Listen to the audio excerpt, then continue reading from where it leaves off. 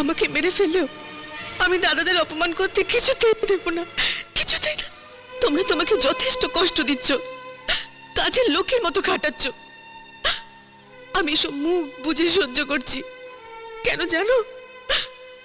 কারণ কারণ আমি এই বাড়ির বউ বলে। বউ হিসেবে দাদাদের এসব কথা বলে আমি যেমন তোমাকে অপমান করতে চাই না, তেমন আমার দাদারা অপমানিত হোক আমি সেটাও চাই না।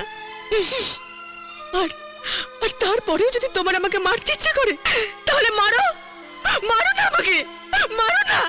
মার তো তোমাকে খেতেই হবে বৌমা, আজ না হয় কাল। মন্দিরের কাজটা কিন্তু তুমি ঠিক করনি বৌমা। দুদিন পরে এ বংশের উত্তরাধিকার আসবে। এখন থেকে তোমাকে শুধু এ বাড়ির কথাই ভাবতে হবে। যদি অন্যরকম কিছু ভাবো তাহলে আমাদের ভাবনাটাও সাংঘাতিক হবে বৌমা। বিমার নিশানা ব্যর্থ হলেও আমার নিশানা কিন্তু চমৎকার। চলে আয় অপু।